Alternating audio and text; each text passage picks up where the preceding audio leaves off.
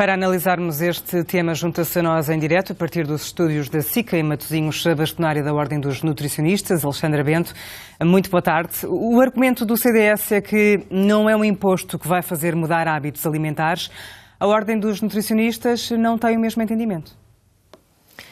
Olá, muito bom dia. De facto, a Ordem dos Nutricionistas não pode ter o mesmo entendimento, porque quem o diz é a evidência em saúde, são as altas autoridades em saúde, é uma medida importantíssima e, portanto, lamentamos que não tenha passado esta medida proposta no Orçamento de Estado e perdeu-se uma grande oportunidade, porque, efetivamente, se esta medida passasse, tínhamos aqui o início de um trabalho pioneiro e importantíssimo no nosso país para contrariar o consumo excessivo de sal.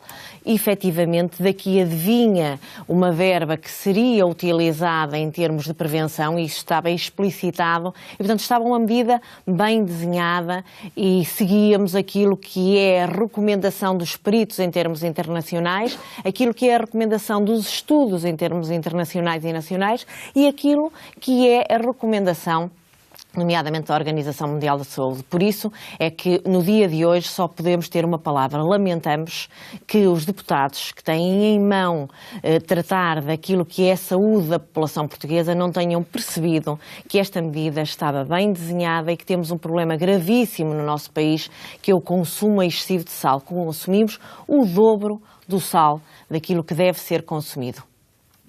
Se esta medida fosse para a frente, era de esperar uma queda no consumo destes alimentos com elevado teor de sal, semelhante àquela que já aconteceu em relação aos refrigerantes e às bebidas açucaradas? Estamos a falar de cerca de 20, 25%?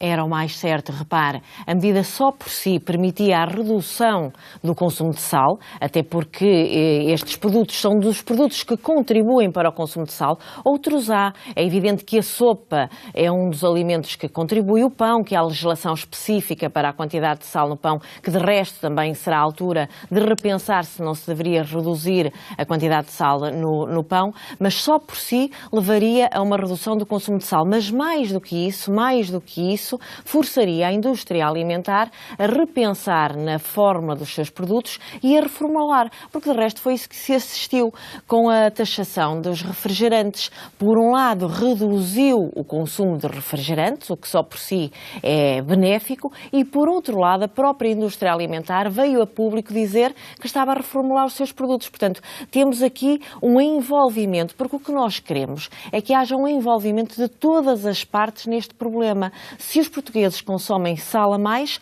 consomem-no através dos alimentos, através das atitudes alimentares que têm em sua casa, através daquilo que comem nos restaurantes e através daquilo que é providenciado pelos alimentos da indústria alimentar.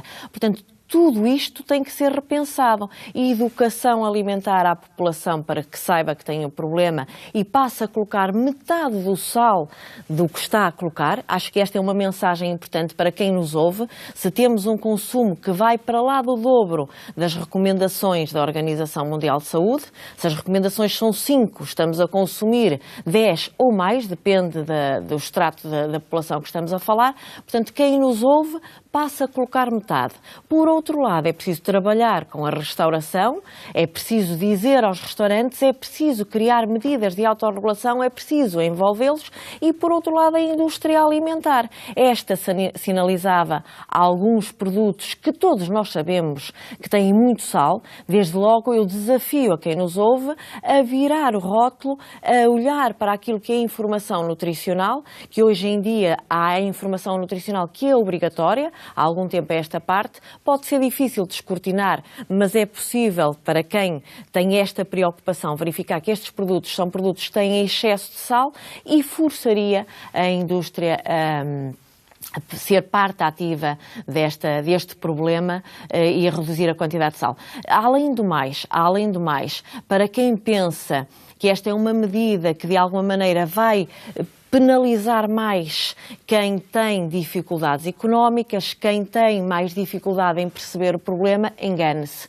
porque o que os estudos nos dizem é que é uma medida inclusivamente protecionista daqueles que têm mais dificuldades em termos económicos e em termos sociais. Portanto, a Ordem dos Nutricionistas não consegue perceber porque é que os senhores deputados, tendo em mão informação sobre esta medida, e tinham-na até porque várias ordens da saúde, inclusivamente a Ordem dos Nutricionistas, a Ordem dos Médicos, como foi transmitido nesta peça, informaram aos deputados no seu todo, com um posicionamento que enviaram para todos os deputados da Assembleia da República, com um racional daquilo que é a evidência científica neste sentido, para auxiliar os senhores deputados no seu processo de decisão. Ora, mas parece-lhe, deixe-me interromper, mas parece-lhe que a criação deste imposto sobre alimentos com elevado teor de sal é a única forma, ou era a única forma de impor limites à indústria alimentar? Não há outras formas? É uma ferramenta, claro que há, mas é uma ferramenta entre várias ferramentas auxiliadoras. Está escrito, está demonstrado, está evidenciado e é muito simples quem nos ouve ir aos documentos da Organização Mundial de Saúde, que é a grande autoridade internacional de saúde, e que Portugal subscreve aquilo que são os compromissos da Organização Mundial de Saúde, e nós subscrevemos, nós não podemos dizer que não os subscrevemos, e nestes compromissos Portugal comprometeu-se a ter uma redução de 30% no consumo de sal até 2025, sendo que neste compromisso estão as medidas para a redução de sal, sendo esta considerada uma ferramenta essencial. Temos agora a tarefa mais complicada.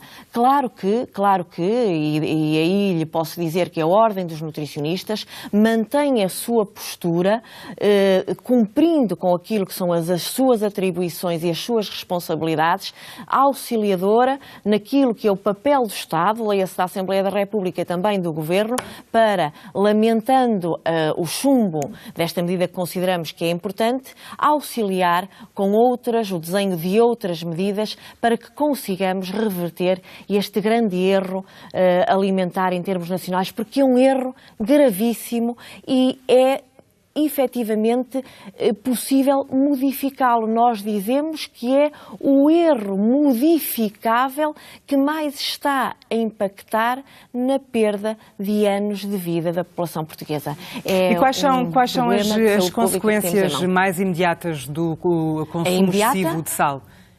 A imediata e a relação direta, se há relações diretas entre a alimentação e uma doença, esta é a mais direta de todas. Quem come sal a mais, daqui advém hipertensão arterial. 40% da população portuguesa padece de hipertensão arterial. E hipertensão arterial é causa direta com doença cardiovascular. E doença cardiovascular é pura e simplesmente aquilo que mais está a pesar na doença dos portugueses.